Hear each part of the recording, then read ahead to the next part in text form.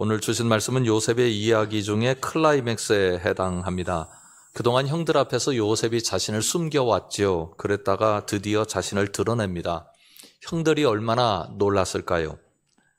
요셉을 팔아먹은 형들은 요셉을 잊고 살 수 있었을까요? 요셉이 날마다 자랑했습니다. 부모, 형들 아랑곳하지 않고 자기를 드러내기를 꺼려하지 않았습니다. 버릇 없었습니다. 버릇없는 시기의 대상이 된 요셉을 제거한 것이 그 형들에게는 기쁨이고, 그리고 귀찮은 존재 하나가 없어졌으니 우리는 좋다, 그렇게 생각하며 살 수 있었을까요? 창세기 44장을 보면 요셉이 베냐민을 볼모로 잡습니다. 그때 유다가 나서는 장면이 나와요. 여기서 유다가 그의 가족사에 대해서 이렇게 표현합니다. 창세기 44장 20절 말씀입니다. 우리가 내 주께 아뢰되 우리에게 아버지가 있으니 노인이요 또 그가 노년에 얻은 아들 청년이 있으니 그의 형은 죽고 그의 어머니가 남긴 것은 그뿐이므로 그의 아버지가 그를 사랑하나이다 하였더니, 내용은 이런 거잖아요. 우리 아버지에게 노년에 얻은 아들 둘이 있었습니다. 같은 어머니를 가진 아들들이죠. 그런데 그 형은 죽었습니다. 그리고 하나 남아있는 아들이 있는데 이 아들을 볼모로 잡으시면 우리 아버지가 겪는 고통은 이루 말할 수 없습니다. 그러니 제발 은혜를 베풀어 주셔서 제가 대신 볼모로 잡히겠으니 이 베냐민을 아버지에게 돌려보내 주십시오 하는 요청입니다. 요셉이 죽었는지 살았는지 알 길이 없으니 요셉의 형들은 죽은 것으로 여기며 살지 않았겠습니까? 아버지 이삭도 마찬가지였을 것입니다. 내 큰아들은 잃었다.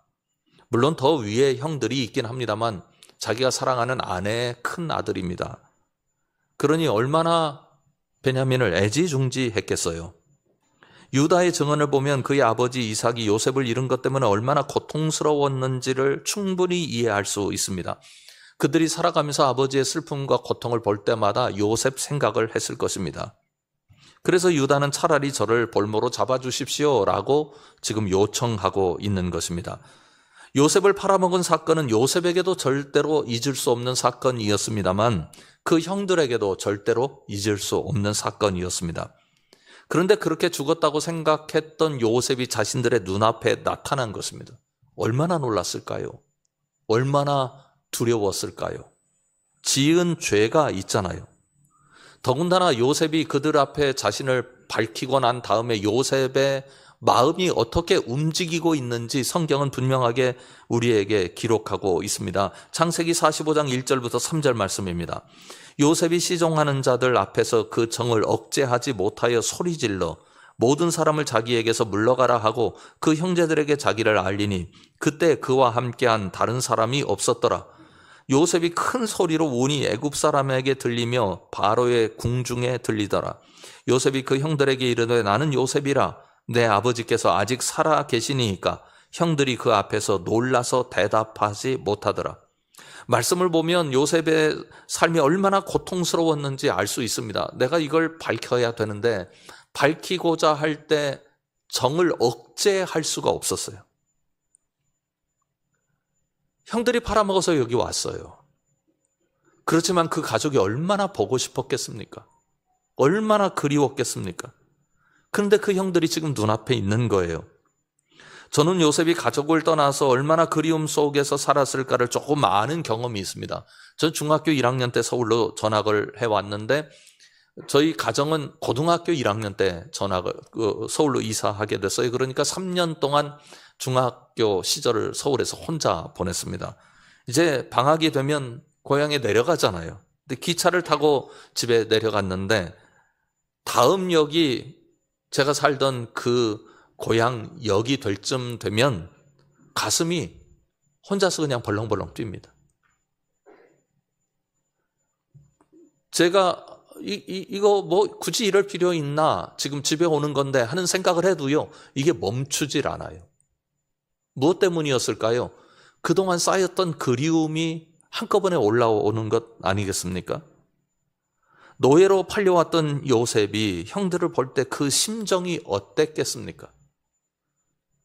아버지가 얼마나 보고 싶었으며 그 형들이 비록 미운 형들이지만 얼마나 그리웠겠습니까? 이 부분에 대해서 성경이 구체적으로 그려주고 있습니다. 1절을 보면 정을 억제하지 못하였다. 정이 올라오는데 이걸 도저히 나 스스로 조정할 수 있는 상황이 아니었다. 그런 뜻 아닙니까? 그래서 애굽 사람들을 다 물러가게 만듭니다.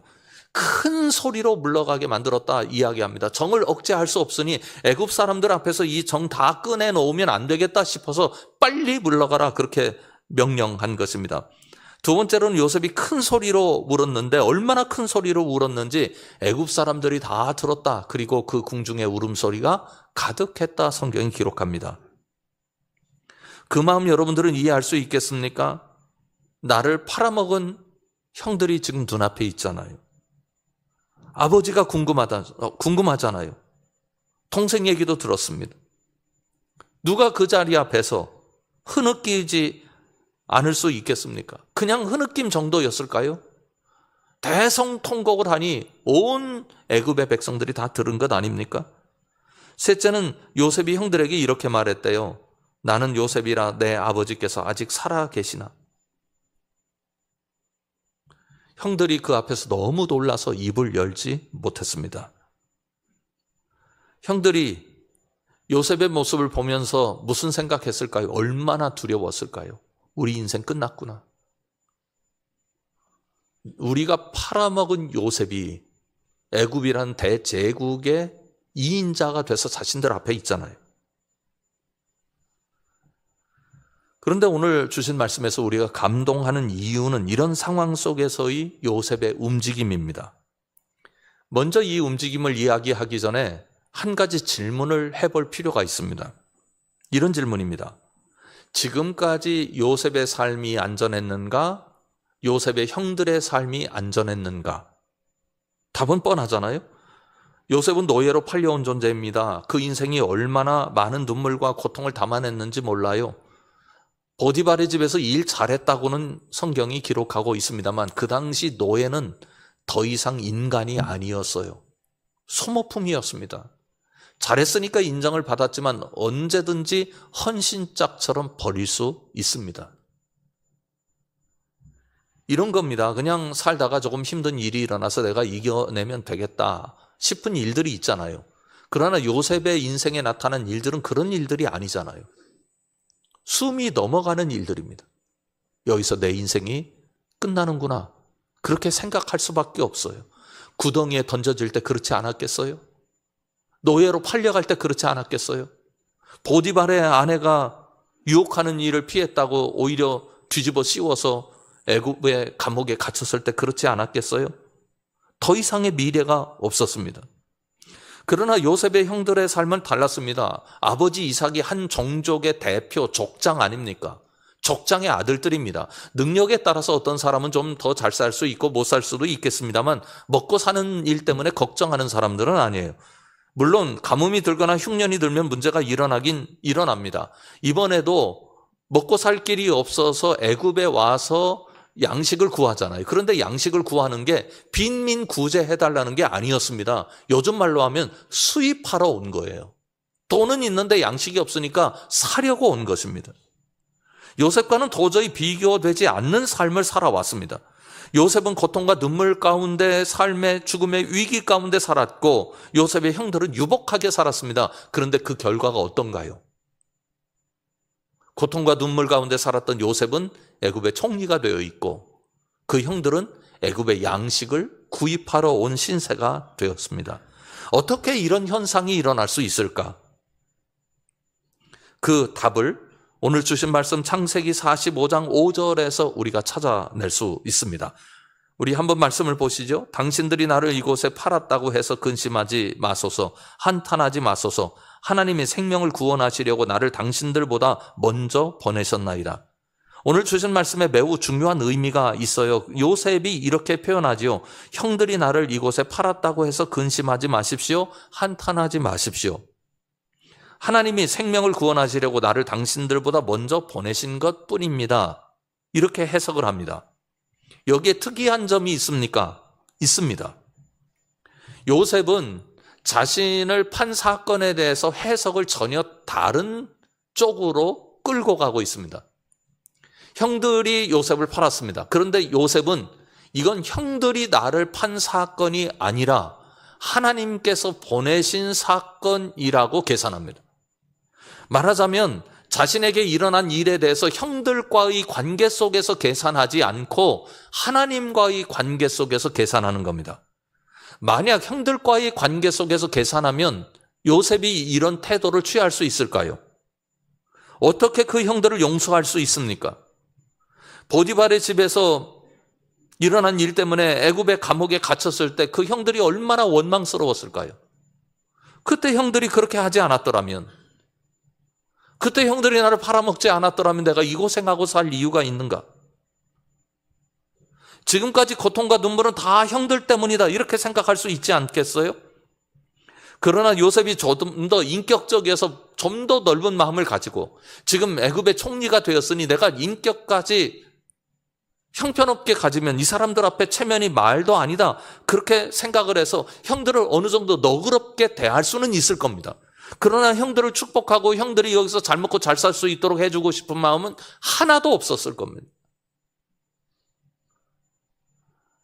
요셉은 그렇게 형들과의 관계 속에서 자신의 처지를 계산하지 않고 하나님과의 관계 속에서 계산하기 시작합니다. 한번 5절을 다시 한번 확인하겠습니다. 우리 다 같이 읽겠습니다. 당신들이 나를 이곳에 팔았다고 해서 근심하지 마소서, 한탄하지 마소서. 하나님이 생명을 구원하시려고 나를 당신들보다 먼저 보내셨나이다. 두 가지를 담고 있는 거죠. 첫째는 형들이 자신을 판 사건은 없어지는 것은 아니라고 생각을 하고 있습니다. 형들이 나를 판 건 맞습니다. 그러나 두 번째로는 현재 자신의 모습은 형들이 나를 팔았기 때문에 일어난 결과물이 아니라 하나님의 계획의 결과물이라고 해석하고 있는 겁니다. 이런 겁니다. 나는 형들과 계산하지 않겠습니다. 나는 하나님과 계산하겠습니다. 형들과의 계산이 자신의 삶에 있었더라면 요셉은 절대로 이렇게 살 수 없을 거예요. 우리가 가만히 보면 우리도 많은 사연들과 우여곡절을 경험하며 이 땅에서 살아갑니다. 어떤 분은 저한테 이렇게 말씀하시더라고요. 나의 삶을 소설로 쓰면 아마도 5권은 나올 거라고. 그만큼 어려운 일이 많았다는 얘기잖아요. 눈물도 많았고 고통도 많았기 때문에 하는 말씀입니다. 이 땅에 사는 사람들 중에 사연 없고 힘든 일 없고 눈물 나는 일 없고 고통스럽지 않은 일이 없는 사람이 어디 있습니까? 다 고통스럽고 눈물 나는 일을 경험합니다. 그러다 보면 사람과의 관계에 대한 계산이 참 많습니다. 저 사람이 나에게 그렇게 하지 않았더라면, 우리 부모님이 나에게 그렇게 하지 않았더라면, 내 남편이 내 아내가 그렇게 하지 않았더라면, 내 직장에서 나에게 그렇게 취급하지 않았더라면 내 인생이 이렇게 되지 않았을 것이다. 관계 속에서 다 계산한다고. 그때 그 일 때문에 내 인생이 그렇게 됐고 그때 나라가 이랬기 때문에 내 인생이 이렇게 됐다고 계산하는 계산들이 우리를 복잡하게 만듭니다. 농담 삼아서 하신 말씀이겠습니다만 어떤 분은 그렇게 말씀하시더라고요. 내가 이 인간하고 결혼하지 않았으면 이렇지 않았을 거라고. 뭔가 다 계산이 있는 거예요. 불교에서는 이것 때문에 일어나는 일을 오욕 칠정이라고 말합니다. 오욕이 뭐예요? 재물욕, 명예욕, 식욕, 수면욕, 색욕. 이게 버무러져 돌아간다고. 칠정은 무엇입니까? 희, 기쁨, 노, 노여움, 애, 슬픔, 낙, 즐거움. 그리고 애, 그건 사랑이죠. 슬픔이 아니라. 오, 미움. 그리고 욕, 욕망. 세상 사는 사람들이 오욕칠정에 노출되는 이유는 사람들과 어떤 일과 결부시켜서 자신을 계산하기 때문입니다. 그러면 손해본 것, 영향을 미친 것, 이익을 끼친 것 다 계산해서 자신의 계산대로 모든 세상이 다 돌아가길 원하는 마음 때문입니다. 그런데 요셉은 계산 방식이 완전히 달랐습니다. 요셉만큼 그의 인생에서 감정적 교란과 혼란을 경험한 사람이 누가 있겠습니까? 요셉이 그런 굴레 안에 갇혔더라면 요셉의 인생은 이미 끝났을 것입니다. 얼마나 아버지가 원망스러웠을까요? 형들에게 좀 비교적 같이 해주고 내가 두드러지지 않도록 나를 잘 관리해 줬으면 이런 일이 일어났겠는가? 형들에게 대해서도 얼마나 큰 원망이 있었겠습니까? 내가 그렇게 믿게 보여도 나는 동생인데 어떻게 나를 이 지경으로 노예로 팔아먹을 수 있나? 그런 생각하지 않았겠어요? 더군다나 저는 요셉이 자신도 원망했을 가능성이 얼마든지 있다고 생각을 합니다. 꾼 꿈이야 어찌하겠어요? 내가 꿈을 꾸고 싶어서 꾸는 건 아니니까. 그 꿈이 나에게 기쁨을 주고 나에게 감동이 된 것도 그건 그냥 내가 받아들이면 되는 겁니다. 얘기 안 하면 되잖아요. 밥상에서 얘기 안 하고 형들 앞에서 얘기 안 하면 되지. 얘기 안 한다고 없어지는 건가? 그때 내가 입을 조금만 조심했더라면 내 인생이 이렇게 되지는 않았을 거라고. 얼마나 많이 자신을 원망하며 그 긴 세월을 보냈겠습니까? 근데 요셉의 셈법은 완전히 달랐습니다. 사람과 일과 계산하지 말자. 하나님과 계산하자. 여러분, 우리가 삶에서 어려운 일을 극복하고 주님 안에서 승리할 수 있는 길은 이것입니다. 여러분 모두가 하나님과 계산하는 방식을 채택하시기 바랍니다. 또 하나가 있습니다. 요셉의 또 하나의 고백은 이것입니다. 당신들이 나를 이곳에 보내신 게 아니라 하나님이 나를 이곳에 보내셨습니다. 그러니까 이것은 당신들의 사건이 아니고 하나님의 사건입니다. 그리고 이 결과는 하나님의 사건의 결과입니다. 이렇게 해석하는 겁니다. 이런 시나리오가 가능하지 않았겠어요? 요셉이 인격도 훌륭한 사람이고 하나님을 잘 의지하는 사람이니까 요셉이 시련을 만났을 때 그 시련을 이겨낼 수 있는 사람이 되었다. 요셉이 어려움이 있을 때마다 내가 형들을 원망하지 말자. 내가 집안을 그리워하는 것 때문에 내 감정 소모를 하지 말자. 내게 주어진 현실 앞에서 내가 이것을 이겨내기 위해서 용기를 내고 다시 한번 도전하는 희망을 가지고 살자. 날마다 그렇게 시련 앞에서도 포기하지 않고 희망을 놓치지 않고 열심히 살아왔기 때문에 애굽의 총리가 되었다. 이렇게 얘기할 수 있지 않겠어요? 그런데 요셉은 전혀 다른 결론을 내리고 있습니다. 한마디로 요셉의 결론은 지금의 결과는 내가 지금까지 어떤 태도로 살아왔는지, 어떻게 불굴의 의지로 어려움을 이겨냈는지에 대한 결과가 아니다. 이렇게 얘기합니다. 하나님께서 나를 여기에 보내신 하나님의 섭리의 결과이다라고 고백하는 겁니다. 이것을 우리는 일컬어서 요셉의 섭리의식, 섭리인식이라고 말할 수 있습니다. 7절과 8절을 보십시오. 분명하게 나타납니다. 하나님이 큰 구원으로 당신들의 생명을 보존하고 당신들의 후손을 세상에 두시려고 나를 당신들보다 먼저 보내셨나니 그런즉 나를 이리로 보낸 이는 당신들이 아니요 하나님이시라.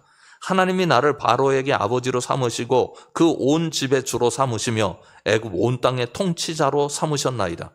요셉의 고백을 아무리 훑어보아도 요셉이 주어로 나타나지 않습니다. 주어와 동사가 다 하나님께 걸려 있습니다.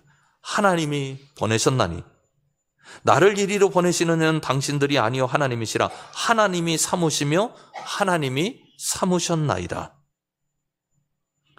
내가 온 것은 하나님께서 보내신 사건입니다. 그리고 이런 결과는 하나님께서 보내신 사건이기 때문에 하나님께서 나를 인도하셨기 때문에 나타난 결과입니다. 요셉의 관점의 차이, 인식의 차이를 알아볼 수 있습니다. 요셉에게는 하나님의 섭리에 대한 인식 구조가 있었습니다. 구조라는 말을 강조하고 싶습니다. 우리가 어떤 몇 가지 생각을 잘 한다고 해서 우리 인생이 달라지는 건 아닙니다. 구조, 생각의 틀이 달라져야 인생이 달라집니다. 몇 가지 생각이 생각의 틀을 변화시켜가는 데는 도움을 줄 것입니다. 그러나 생각의 틀까지 변화되지 않고는 우리 인생에 어떤 변화도 없습니다. 요셉이 이 모든 일을 감당하고 이 모든 일에서 승리할 수 있었던 이유는 요셉의 섭리 인식 때문이었습니다. 요셉의 섭리 인식이라고 하는 요셉의 독특한 생각의 구조, 사고의 구조, 인식 구조가 그의 삶을 자신의 과거와 분리시킵니다. 여러분, 형들이 팔아먹은 원망에 시달렸다면 요셉이 출세하고 나서 첫 번째 하고 싶은 일은 형들을 제거하는 것이었을 겁니다. 내 형들에게 미래를 보장해주고 복 있게 살 수 있는 삶의 터전을 만들어줍니다. 관계를 청산한 것입니다. 요셉은 섭리인식을 가지고 현재 자신의 위치를 해석했습니다. 그 위치에 대한 해석의 독특성이 여기서 나타납니다. 요셉은 섭리인식을 가지고 미래를 계획했습니다. 9절 이하의 말씀을 보십시오. 기가 막힙니다. 9절 이하에 15절까지 이렇게 쓰고 있죠. 당신들은 속히 아버지께로 올라가서 아뢰기를 당신의 아들 요셉의 말에 하나님이 나를 애굽 전국의 주로 세우셨으니 지체 말고 내게로 내려오사 아버지의 아들들과 아버지의 손자들과 아버지의 양과 소와 모든 소유가 고센 땅에 머물며 나와 가깝게 하소서. 흉년이 아직 5해가 있으니 내가 거기서 아버지를 봉양하리이다. 아버지와 아버지의 가족과 아버지께 속한 모든 사람에게 부족함이 없도록 하겠나이다 하더라고 전하소서. 당신들의 눈과 내 아우 베냐민의 눈이 본 바 당신들에게 이 말을 하는 것은 내 입이라. 당신들은 내가 애굽에서 누리는 영화와 당신들이 본 모든 것을 다 내 아버지께 아뢰고 속히 모시고 내려오소서 하며 자기 아우 베냐민의 목을 안고 우니 베냐민도 요셉의 목을 안고 우니라. 요셉이 그 형들과 입맞추며 안고 우니 형들이 그제서야 요셉과 말하니라. 섭리인식이 무엇입니까? 하나님께 위임받은 것을 인정하는 거예요. 내가 하는 일, 나의 계획은 더 이상 내 것이 아닙니다. 하나님의 것을 실행하는 것입니다. 요셉이 만약 자기 일을 하는 사람이었더라면 형들에게 그리고 아버지에게 자기가 출세했고 자기가 능력이 있으니 어느 정도 편하게 살 수 있는 환경을 만들어 주기는 하겠으나 자기와 함께 살 이유는 없는 것입니다. 보면 볼수록 화가 날 것입니다. 과거가 생각날 거예요. 멀리 떨어뜨려 놓고 내가 거기를 얼마든지 보고 싶을 때 가서 볼 수 있으니 그렇게 사는 것이 마땅합니다. 그런데 애굽 고센 땅, 가장 좋은 땅에서 살도록 해서 한 민족을 일으키시고자 하는 하나님의 섭리를 받아내고 있는 것입니다. 예수님이 그러셨습니다. 요한복음 7장 2절, 4절, 14절을 보면 분명하게 알 수 있습니다. 아버지께서 아들에게 주신 모든 사람에게 영생을 주게 하시려고 만민을 다스리는 권세를 아들에게 주셨음이로소이다. 예수님의 권세, 예수님 거예요? 하나님이 주신 거예요. 위임해 주셨어요. 4절을 보면 아버지께서 내게 하라고 주신 일을 내가 이루어 아버지를 이 세상에서 영화롭게 하였사오니 예수님이 당신의 일을 하신 겁니까? 아니에요. 하나님의 일을 하셨어요. 위임 받았기 때문입니다. 내가 아버지의 말씀을 그들에게 주었사오매 세상이 그들을 미워하였사오니 이는 내가 세상에 속하지 아니함 같이 그들도 세상에 속하지 아니함으로 인함이니이다. 예수님께서 말씀을 하셨는데 그 말씀조차도 어떤 말씀을 하셨어요? 하나님께서 주신 말씀을 하신 거예요. 하나님의 말씀을 하셨습니다. 예수님은 자신의 일을 하지 않으셨습니다. 자신에게 위임해 주신 일을 하셨습니다. 예수님은 자신의 말씀을 전하지 않으셨습니다. 하나님의 말씀을 전하셨습니다. 예수님은 당신의 일을 하지 않으셨습니다. 하나님의 일을 하셨습니다. 예수님이 십자가에 왜 죽으셨습니까? 죽을 일이 생겨서요? 아니요. 하나님이 그렇게 계획하셨기 때문입니다. 그래서 부활하신 겁니다. 말하자면 예수님은 하나님의 섭리를 그대로 받아내서 그 섭리가 이 땅에 이루어지도록 그렇게 당신의 일생을 사셨습니다. 예수님은 하나님 섭리의 성취자이십니다. 오늘 우리의 삶은 하나님의 섭리의 강 위에서 흐릅니다. 하나님 섭리의 강 위에 우리 삶의 배를 띄워야 하는 이유입니다. 그래서 우리 삶을 통해서 하나님의 섭리가 이 땅에 이루어지도록 하는 것이 우리의 신앙의 과제입니다. 다시 말씀드리면 이런 식으로 설명할 수 있겠습니다. 우리가 어떤 계획과 어떤 뜻을 가지고 이 땅을 살아갑니다. 그러면서 그 뜻과 계획이 이루어지는 것을 우리는 성공이라고 이야기합니다. 그러나 성경이 가르치고 있는 내용은 그렇지 않습니다. 성경은 인간의 뜻이 이루어진다고 가르쳐주는 책이 아니라 하나님의 뜻이 이루어진다고 가르쳐주는 책입니다. 성경은 이 역사가 하나님의 섭리를 이루어가는 하나의 과정이라고 말씀합니다. 다시 말하면 내 계획과 내 뜻이 아무리 대단하고 훌륭하다 할지라도 하나님의 섭리의 강 위에 같이 흐르지 않으면 그 계획과 그 뜻은 우리에게 의미가 없습니다. 예수님은 그렇게 구원을 이루셨고 예수님은 이 땅에 그런 사람들을 예수님의 증인으로 세우십니다.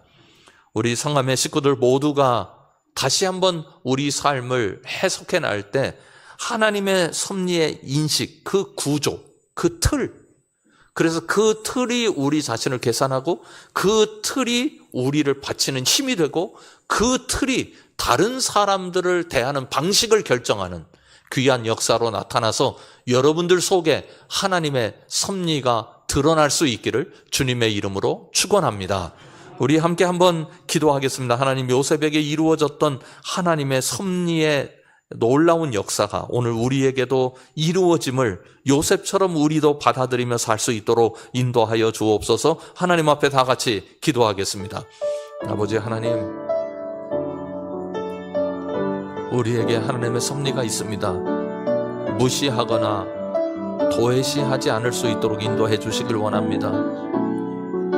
하나님의 뜻이 이 땅에 이루어지이다 밥 먹듯이 기도하는 저희들이 하나님의 섭리를 인식하지 못하고 우리 뜻을 하나님을 통해서 이루려고 하는 잘못된 욕구를 가질 때 우리 인생이 어떻게 되는지 우리가 분명히 알게 해주시길 원합니다.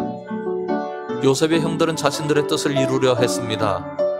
그러나 이루지 못했습니다. 요셉을 통해서 하나님의 역사가 나타나리라고 상상했던 사람은 없었습니다. 그러나 하나님의 섭리를 받아들인 요셉을 통해서 하나님은 역사하셨습니다. 아버지 하나님, 우리 모두가 하나님의 섭리의 강이 흐르고 있다는 사실을 기억하게 하여 주시옵고 그 강에 우리 인생의 배를 띄울 줄 아는 믿음의 삶을 살게 하여 주옵소서. 예수님 이름으로 간절히 기도드리옵나이다.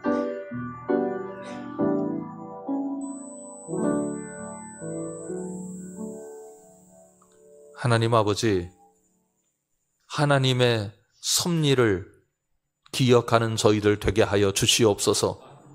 거스르지 않고 오히려 그 섭리의 강 위에 우리 인생의 배를 띄움으로 말미암아 하나님의 사랑과 하나님의 역사와 하나님의 감동하심을 맛보며 사는 귀한 인생길이 되게 하여 주시옵소서. 예수님 이름으로 간절히 기도드립니다. 아멘. 여러분을 사랑하시는 하나님께서 여러분을 통해서 이루시고자 하는 일이 있습니다. 그 하나님의 일을 발견하시고 하나님과 함께 걸어가시기 바랍니다.